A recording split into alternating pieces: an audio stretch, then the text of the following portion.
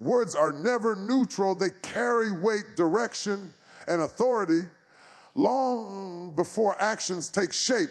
Words prepare the ground where outcomes grow. What is spoken consistently begins to shape what is believed internally, and what is believed eventually influences what is experienced. This is why faith-filled words are so powerful. They do not deny reality, but they speak beyond it, calling forth what is not yet visible. Many people speak from emotion rather than conviction. When fear dominates, words reflect fear. When disappointment settles in, language becomes heavy with defeat. Over time, those words begin to frame expectation. The mind listens, the heart agrees, the spirit aligns. What starts as a reaction slowly becomes a declaration. This is how cycles of limitation are reinforced, not always by circumstances, but by speech. Faith-filled words operate differently. They are rooted in trust rather than evidence. They speak life where there is uncertainty and hope where there is fatigue. They declare peace before calm is felt and confidence before strength is restored. These words shift internal atmosphere before they ever change external conditions. They create space for God to move by aligning the heart with his promises. Speech functions like planting. Every statement is a seed. Complaints plant discouragement. Gratitude plants joy. Fear plants limitation. Faith plants possibility. The harvest does not come immediately, but it always comes. This is why consistency matters. A single positive statement cannot cancel a season of negative confession, but steady, intentional speech reshapes thinking, and reshaped thinking changes direction. Heaven responds to alignment. When words agree with faith, doors begin to move. This does not mean repeating empty phrases without belief. It means choosing language that reflects trust even while walking through uncertainty. Speaking life is an act of obedience, especially when emotions argue otherwise. It is saying, I will not let what I feel override what I believe. Words also have the power to frame identity. When someone constantly speaks failure over themselves, they begin to live as if success is unattainable. When weakness is repeatedly declared, strength is never pursued. But when a person speaks purpose, confidence grows. When they declare peace, anxiety loses its grip. Language becomes a mirror that reflects either fear or faith. Another dimension of faith-filled speech is gratitude. Gratitude acknowledges what has already been done and opens the heart to expect more. It shifts focus from lack to provision. Even in seasons where answers seem delayed, gratitude keeps hope alive. It reminds the soul that God has been faithful before and will be faithful again. Thankfulness positions the heart to recognize a favor when it arrives. Faith-filled words also guard the mind. They interrupt negative cycles of thought and prevent discouragement from settling in. When challenges arise, the first response often sets the tone for how the situation will unfold. A fearful response invites stress. A faith-filled response invites peace.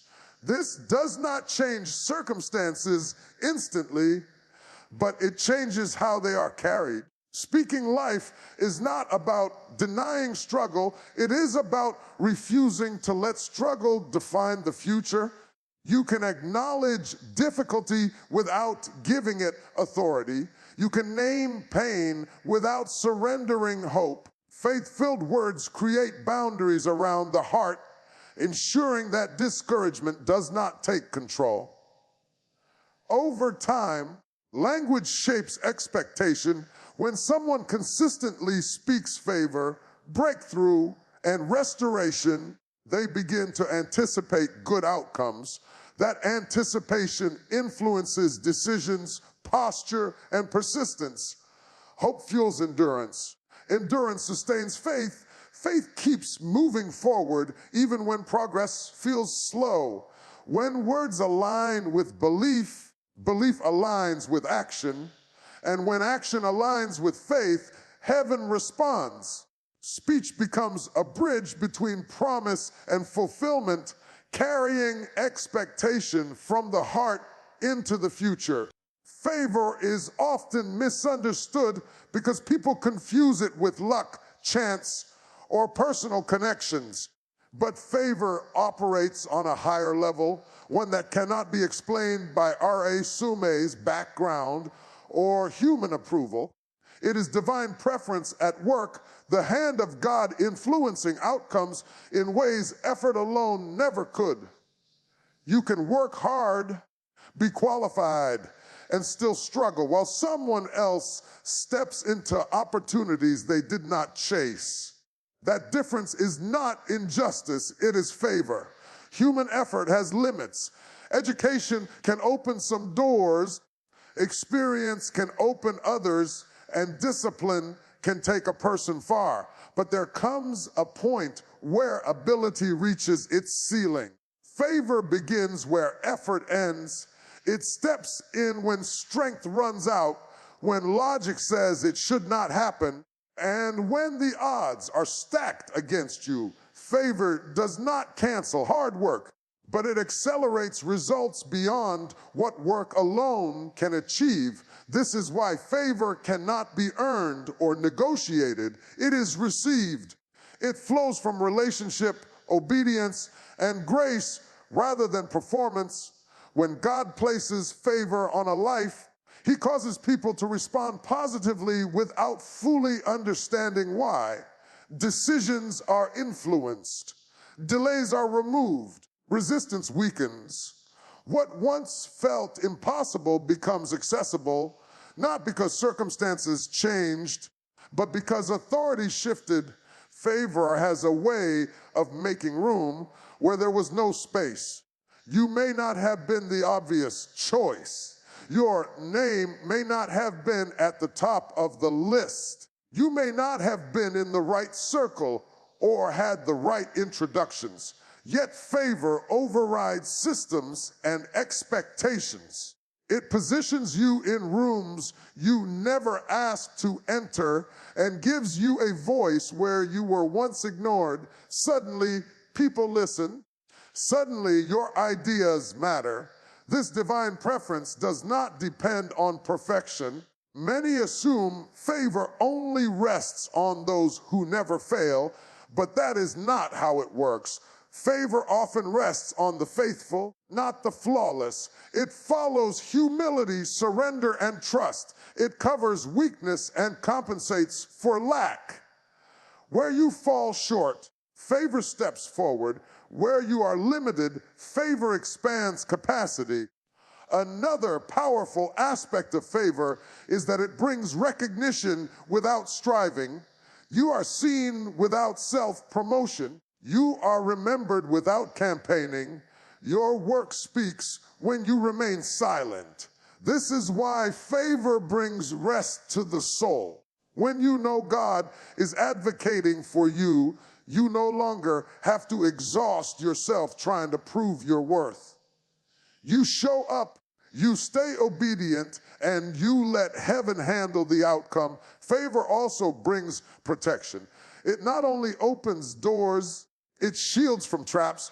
Some opportunities that look attractive are actually harmful. Favor closes those doors quietly. Rejections that once felt painful later reveal themselves as mercy.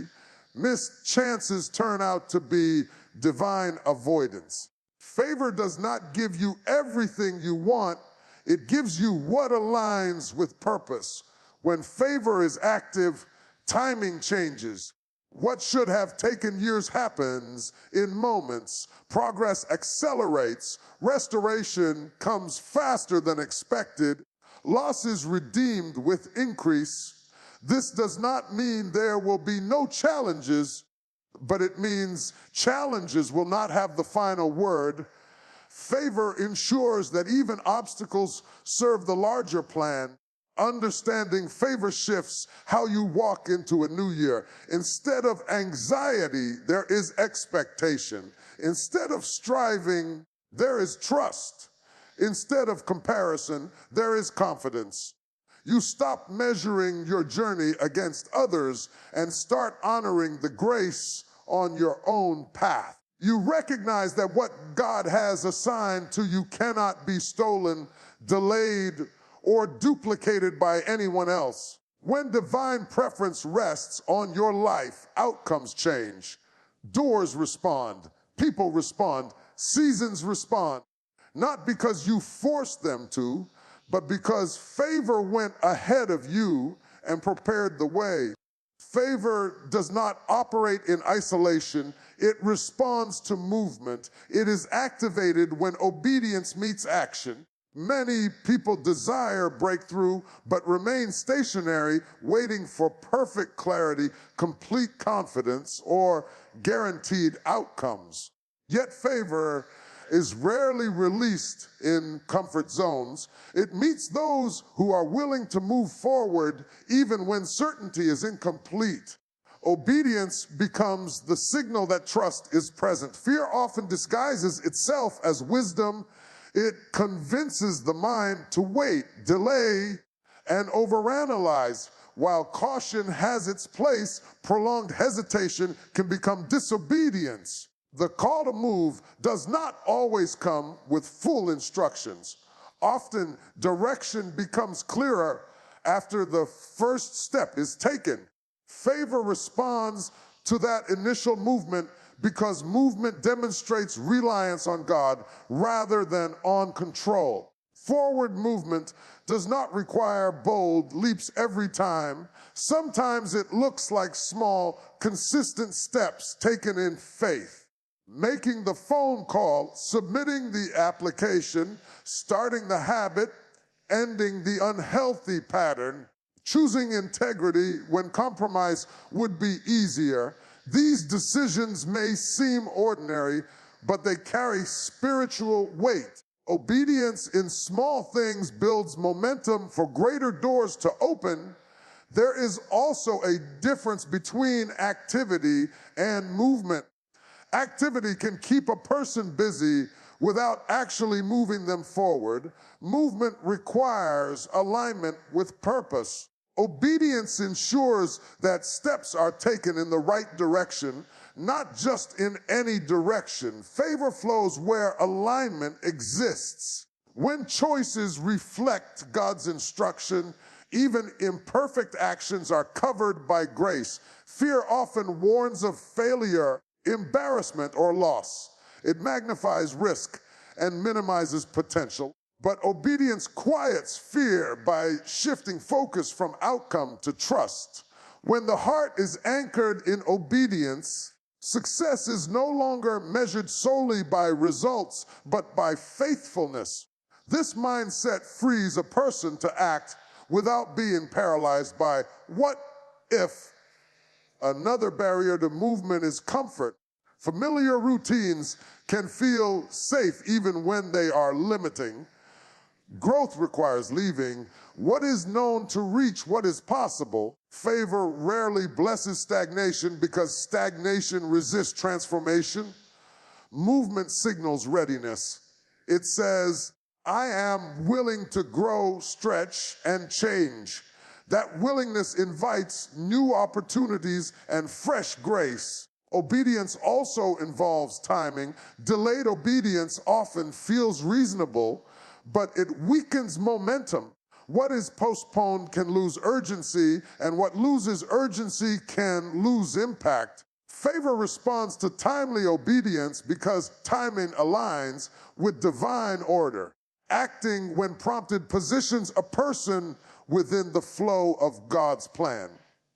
Forward movement builds confidence. Each step taken in faith strengthens trust. Past obedience becomes evidence that God can be trusted again. This creates a cycle. Obedience leads to favor. Favor strengthens faith, and faith fuels further obedience. Over time, fear loses its authority because experience confirms that movement is safer than stagnation. Obedience does not guarantee an absence of obstacles. Challenges may still arise, but favor ensures that obstacles do not derail purpose. Instead, they refine focus and strengthen resolve. When movement is guided by obedience, even detours serve the larger plan. What appears as resistance often becomes redirection. Favor also attracts support when movement begins. Helpers, resources, and opportunities often appear after the step is taken, not before. Waiting for everything to line up first can result in missed connections. Movement creates visibility. Obedience creates alignment. Together, they invite favor to operate. Ultimately, forward movement is an expression of trust. It declares that fear will not dictate decisions and that uncertainty will not cancel obedience. Favor responds to that declaration, meeting those who move with grace, guidance, and provision along the way. January is not merely the first page of a calendar, it is a spiritual threshold where time and purpose meet. When one season ends and another begins, heaven often uses that transition to release new instructions, fresh direction, and renewed strength. This is why beginnings carry so much weight. They set the tone, establish the atmosphere, and determine the posture of the heart. January stands as an invitation to step out of what was and into what can be, not by human resolution alone, but by divine alignment. Many people treat January casually, assuming that change will happen gradually or later in the year. But spiritual momentum is often established at the start. What you believe at the entrance shapes how you walk through the journey. January is a doorway, and doors require a decision. You either step forward with expectation or remain standing in hesitation. Faith recognizes that God often moves at the moment of transition, when the old has released its grip and the new has not yet fully formed. This month carries the power of reset. It allows the mind to be renewed, the heart to be refocused, and the spirit to be reawakened. It is a divine pause that gives space to release disappointment, regret, and fatigue from previous seasons. What was heavy no longer has to be carried forward. What was broken does not get to define what is ahead. January offers permission to let go without guilt and to move forward without fear. In Scripture and in life, God repeatedly uses beginnings to establish purpose. He does not wait for perfection before he speaks promise. He speaks into the void, into the emptiness, into the uncertainty, and calls forth what does not yet exist. January mirrors that pattern. It may not look different on the outside yet, but something is shifting internally. Direction becomes clearer. Hunger returns. Hope starts breathing again. What seemed distant begins to feel possible. This is also a time when identity is reestablished. Over time, setbacks and struggles can distort how people see themselves. They begin to define their future by past failure or delay. January interrupts that narrative. It reminds the soul that yesterday does not have the authority to name tomorrow. A new season gives space to remember who you are, what you carry, and why you were preserved. Survival alone is evidence that purpose is still active. January is not passive, it demands intentionality.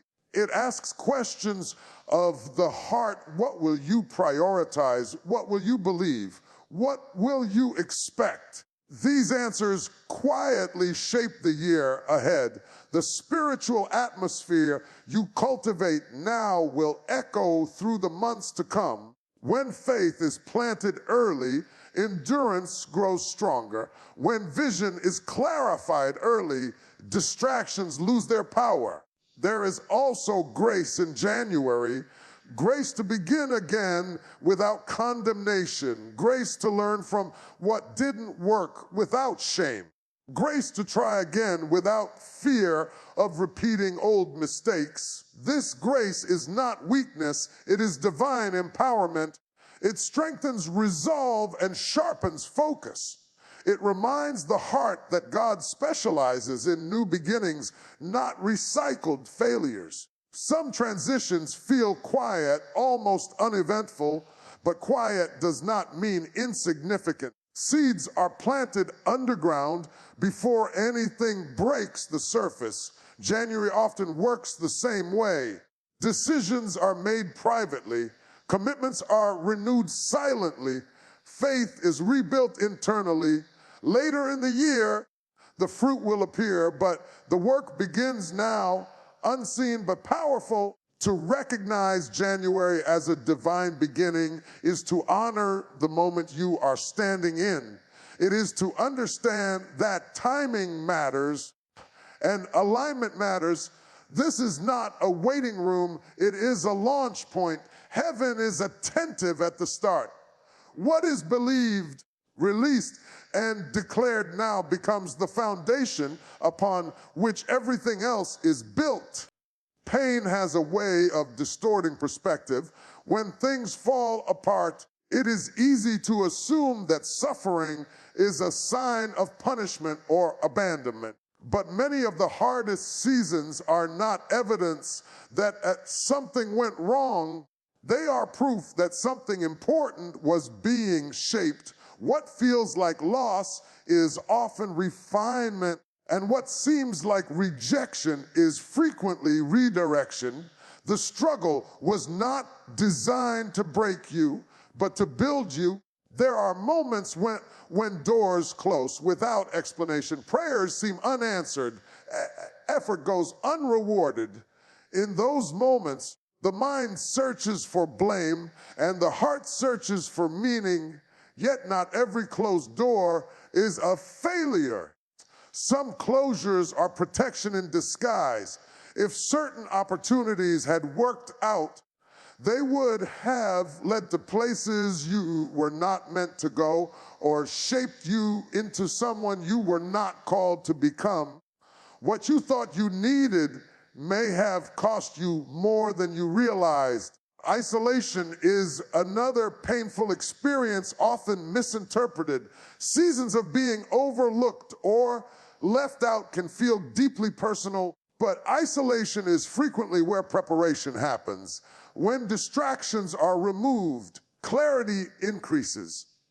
When noise fades, purpose becomes clearer. Solitude strengthens discernment and deepens dependence on God. What looks like being set aside is often being set up. Disappointment also carries lessons that success cannot teach. Success can build confidence, but disappointment builds character. It teaches patience, humility, and endurance. It reveals motives and exposes weaknesses that need healing. Without those lessons, future success would not be sustainable. What you went through trained you to handle what you are about to receive. Rejection has a way of attacking identity. It whispers lies about worth, ability, and value. Over time, those lies can settle into the heart if they are not challenged. But rejection is not a statement about your destiny. It is simply an indicator that the environment was wrong. You were not rejected because you lacked value. You were rejected because what you carried did not fit where you were. The very thing they could not accept is what will later be celebrated elsewhere. Delay is another form of preparation that tests faith. Waiting stretches patience and exposes whether trust is rooted in outcomes or in God. During delay, growth happens quietly. Skills are developed. Wisdom is gained. Maturity increases. If the promise had arrived too early, it would have been mishandled. Timing matters, and preparation protects the blessing. Even failure plays a role in preparation. Mistakes reveal gaps that need to be filled. They expose areas where humility must grow and dependence must deepen. Failure, when faced honestly, becomes a teacher rather than a verdict. It shows what needs adjustment, not what should be abandoned. The lesson was not meant to disqualify you, it was meant to refine you. Looking back, it becomes clear that survival itself was a sign of purpose. You endured pressure that should have crushed you. You remained standing when circumstances tried to wear you down. That endurance was not accidental. Strength was being formed. Resilience was being built. Compassion was being deepened. What you survived equipped you to serve, lead, and bless others with a greater understanding. Preparation is often uncomfortable because growth stretches beyond familiarity. Comfort preserves the familiar, but preparation creates capacity for more. The pain you experienced expanded your ability to carry future responsibility. The tears watered the soil where future fruit will grow. Nothing was wasted, even when it felt unbearable. When viewed through this lens, the past no longer holds shame or bitterness. It holds lessons, strength, and evidence of grace. The season you thought was meant to stop you was actually positioning you. What hurt you refined you. What delayed you developed you. What rejected you redirected you. Expectation shapes perception long before circumstances change. What a person anticipates influences how they interpret events, respond to challenges, and recognize opportunity. When expectation is low, even blessings can be overlooked. When expectation is high, the heart stays alert, ready to receive and open to movement. This posture of anticipation creates an environment where breakthrough can occur. Many people approach a new season cautiously, guarding themselves against disappointment. While self-protection feels wise, it often closes the door to hope. Expectation is not naive optimism, it is disciplined faith. It chooses to believe that God can act again, even after past delays or setbacks. This belief does not ignore pain. It refuses to let pain define the future. Expectation fuels perseverance. When someone expects progress, they are more willing to endure temporary discomfort. They stay committed when results are slow because they trust that movement is happening beneath the surface. This endurance keeps them positioned for sudden shifts. Breakthroughs often come after long periods of unseen preparation, and expectation keeps the heart engaged during the waiting. Acceleration happens when preparation meets opportunity. Expectation ensures that preparation is active rather than passive. It motivates learning, planning, and discipline. When the opportunity arrives, those who expected it are ready to act. Those who did not often hesitate and miss the moment. Expectation sharpens awareness and shortens response time. Expectation also influences decision making. When someone anticipates good outcomes, they make choices aligned with growth rather than survival. They invest rather than retreat. They build rather than protect. This forward thinking posture attracts momentum. Favor flows toward those who are prepared to steward increase. Expectation signals readiness. Another powerful effect of expectation is restoration. Many people carry losses that have shaped their outlook. Expectation gently challenges the belief that what was lost can never return. Restoration does not always mean returning things exactly as they were, but it often means receiving something greater in value, strength, or purpose. Expectation keeps the heart open to redemption rather than locked in grief. Expectation also affects emotional health. Anticipating good outcomes reduces anxiety and strengthens peace. When the mind is fixed on possibility rather than threat, stress loses its grip. This calm creates clarity, and clarity improves judgment. Breakthrough often requires clear thinking, and expectation creates mental space for wisdom to operate. Sudden change is often preceded by sustained expectation. What appears sudden externally has usually been building internally. Faith grows quietly, trust deepens gradually. When the breakthrough comes, it feels abrupt, but it is the result of long-term anticipation and alignment. Expectation keeps the heart in position until the moment arrives. Expectation must be protected. Negative environments, discouraging voices, and repeated disappointment can erode it. Guarding expectation means choosing what voices are given authority. It means feeding faith through reflection, gratitude, and truth rather than fear and comparison. Protected expectation remains resilient even when circumstances fluctuate. Expectation also multiplies joy. When good things happen, those who expected them receive them with gratitude rather than surprise.